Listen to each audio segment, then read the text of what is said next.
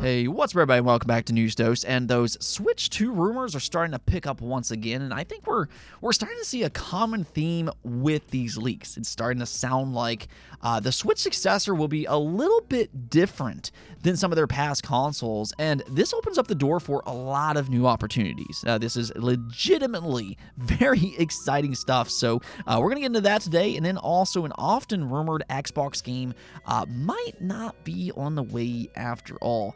I know there's always hope out there, but according to this latest leak, fans might not want to hold their breath. As always, though, we do have a lot to get into. Do make sure to hit that subscribe and all that. But with that, let's just go and jump right into things, starting off with the PlayStation Portal. Now, this might surprise some people, but I'm actually genuinely excited for this remote play device. I actually used to use PlayStation Remote Play on the NVIDIA Shield Portable years ago, if you know what that device is. And it was a surprisingly good overall experience. I fully completed Bloodborne playing it that way, and I never really had any issues at all. So, my hope for the PlayStation Portal is for it to be an even better experience than that and what you can get on phones currently. And for really its $199 price tag, I think that's an okay price for a device like this. Yes, it's niche, but for that price, I think that is acceptable. So I actually pre-ordered the Portal on PlayStation Direct when they first opened up pre-orders, because at the time it just looked like it was going to be a PlayStation Direct pre-order exclusive. But however, several other retailers opened up their pre-orders last week, including Amazon, GameStop, and Best Buy. Well, here's the thing, because it's actually been selling out, and this has some people a little bit surprised. Again, this is a niche device, and I'd say that it's received a lukewarm response online, but now all of a sudden we're starting to see this thing sell out, and this has some people wondering if maybe it's going to be a surprise hit after all. Well, I'm not so sure about that, and I'm going to go and say pump your brakes, and here's why. The other day when these retailers started to open up the pre-orders, I decided to drive down to my local GameStop, and I pre-ordered that way instead. I do feel more comfortable pre-ordering through GameStop than PlayStation Direct. That's just me personally, but when I got there, they were pretty adamant about their low supply. They had to actually talk between each other just to make sure they had some, because they only had 2 available. And even though I did get the pre-order, they told me that I need to be there preferably within the first 24 hours because they're going to be strict in pushing these things out the door. So this isn't definitive or anything like that, but to me, it doesn't sound like these retailers are actually getting a lot of stock, and that explains why it's selling out at third-party retailers, despite maybe that lukewarm response that we've seen online. However, if you go over to PlayStation Direct, you'll notice that it's actually still in stock, and that to me means that they're keeping most of the supply for their own storefront, and that's important for you, the consumers, to understand, because if you decide you want one of these devices, let's say you like what you hear from the early reviews, well, then you might want to know that PlayStation Direct will likely be your go-to option if it's sold out elsewhere. So do definitely keep that in mind. Moving on here, though, we actually have another peripheral to talk about, and that's the xScreen for the Xbox Series S. This thing got a lot of attention when it was first announced years ago. I believe it was a Kickstarter project. Correct me if I'm wrong. And it's just a very attractive option to play your Xbox Series S on the go. Let's say if you travel a lot, you can slap this screen on your Xbox Series S and take it on the road. That's a pretty good option. It's actually very reminiscent of the old PlayStation 1 days, if you know what I'm talking about. It makes me feel old sometimes, but Xbox, they see a lot of potential in this device as well, and they decided to partner up and make this an official Xbox licensed product. That means it's gone through rigorous testing and has now gotten the Xbox approval, if you will. Again, though, if you're interested in the portable Xbox Series S, the xScreen is up on Amazon right now, and they actually marked it down by $40, which is, that's nice to see. It's currently going for $209, and hey, that'll give you 1080p resolution on an IPS panel at 60 Hz. Really not a bad way to play something like, let's say, Starfield on the go, or maybe even the upcoming Forza Motorsport. All right, so let's go and talk about those Switch 2 rumors. It's been a little bit quiet here recently, but things are starting to pick up again, and we're starting to see a common theme by this point, and that's that the Switch successor is going to be a highly highly capable console. I mean, if you honestly think about it, it's been a long time since we've seen a huge jump in power for a Nintendo platform. I feel like it's really been since the GameCube days. We haven't seen a lot of graphical improvement from them ever since the GameCube. I mean, we've gotten incremental upgrades, but their new consoles, they've been more about new, unique ways to play. The Wii with motion controls, you had the Wii U with basically an old version of the PlayStation Portal, and the Switch being a hybrid console, of course. So we really haven't seen a big power jump from them, but that's the thing, because it sounds like that will change with the Switch successor. The more we hear about this console, the more it sounds like it is going to be a big upgrade. Now, it sounds like the main focus for them will still be on the hybrid form factor. That's been just so successful for them. That's the smart direction to take. That's the direction I want them to take. And there might be a new gimmick as well. We'll see about all of that. But thanks to newer handheld technology and NVIDIA DLSS AI upscaling, we're actually going to see a huge upgrade in terms of visual fidelity.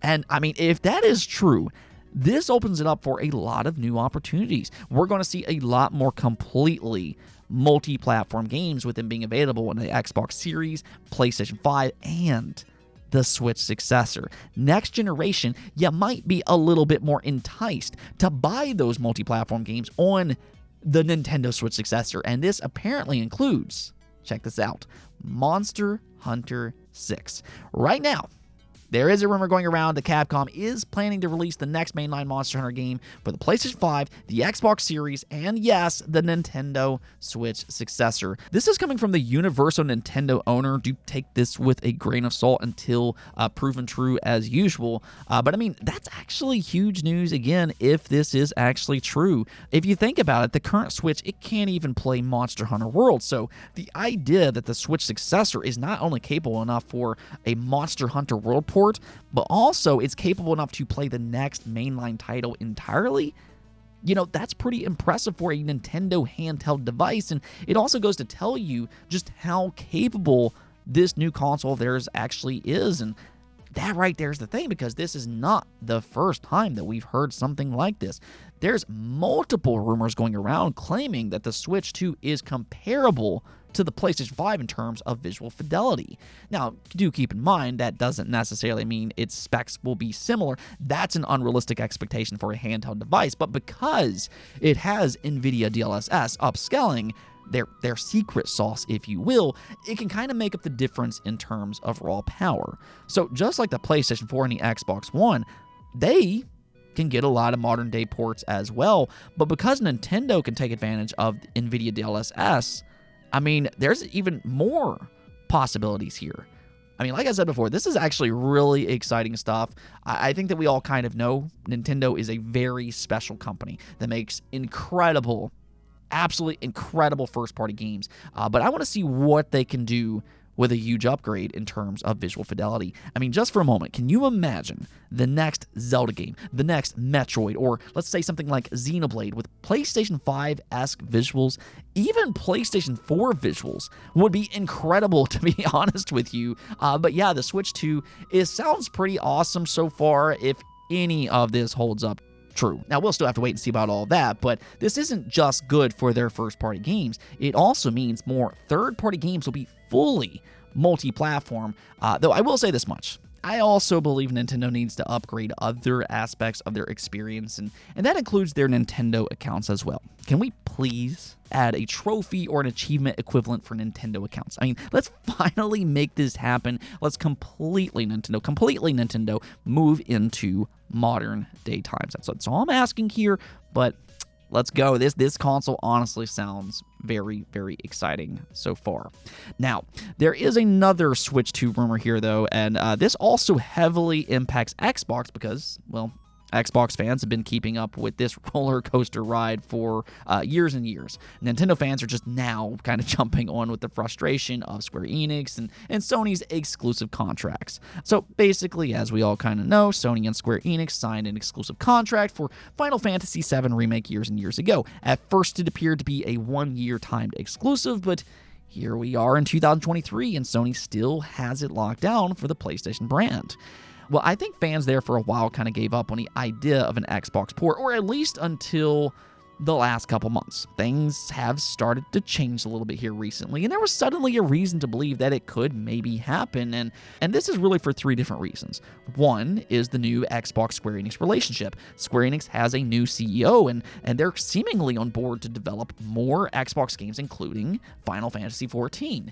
Then there was also the discovery that Final Fantasy VII Rebirth is only planned to be a short timed PlayStation 5 exclusive. It's only mere months based on their announcement. Now, as I've said before, that really could just be referring to a PC version, but who knows? Maybe they could do a complete edition for Xbox and Nintendo once that timed partnership ends in 2024.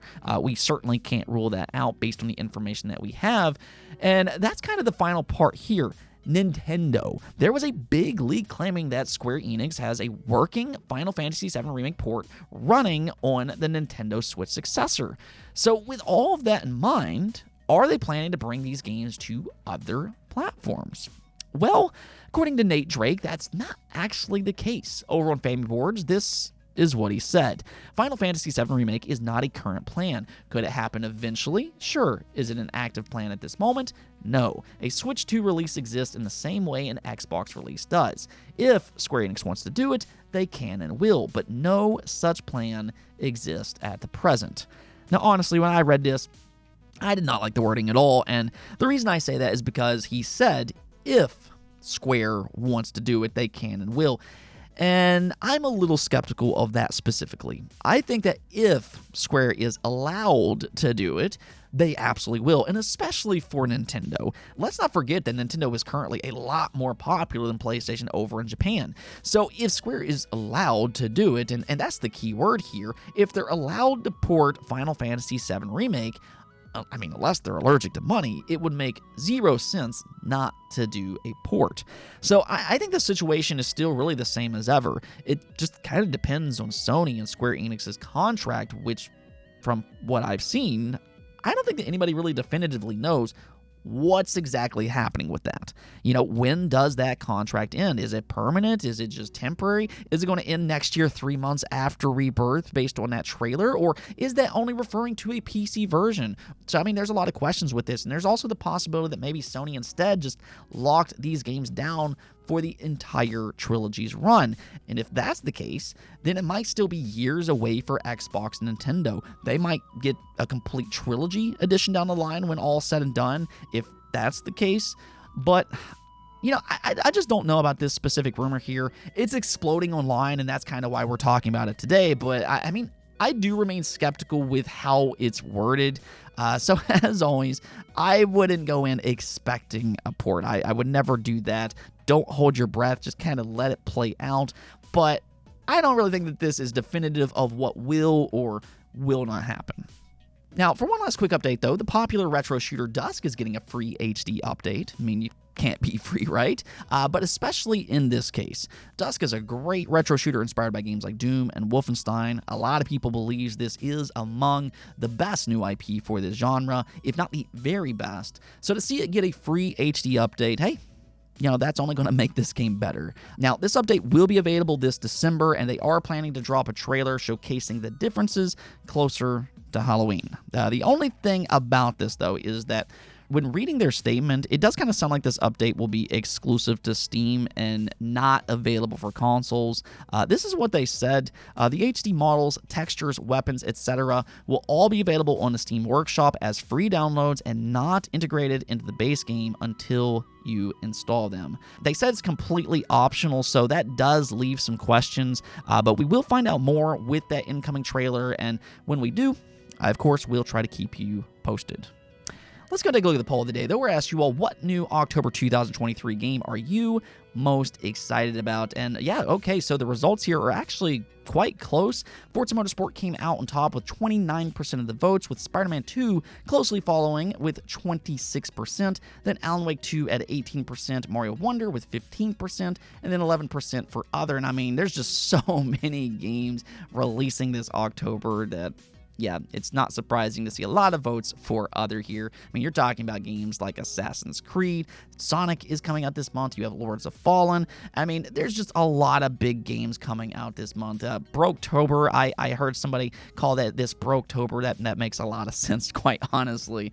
But I think for me, I'm going to go with Alan Wake 2. That's the one that I'm really, really excited about. And then after that, I'm going to go with Spider-Man 2.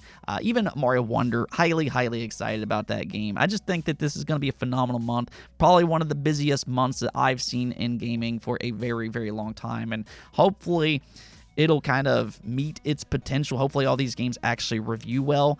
And if they do, I mean, just wow. I think the only problem I have, and I've said this a few different times, I don't understand why publishers are releasing all their games in such a short span, but it is what it is. There'll be some games that goes on my backlog, but I'll get through them eventually, and just fun times ahead. Anyways, though, that's it for this episode, but if you liked the video, don't forget to hit the notification and subscribe button for more content just like this. Also, if you'd like to support the channel through Patreon, thank you for making this content possible. Peace out.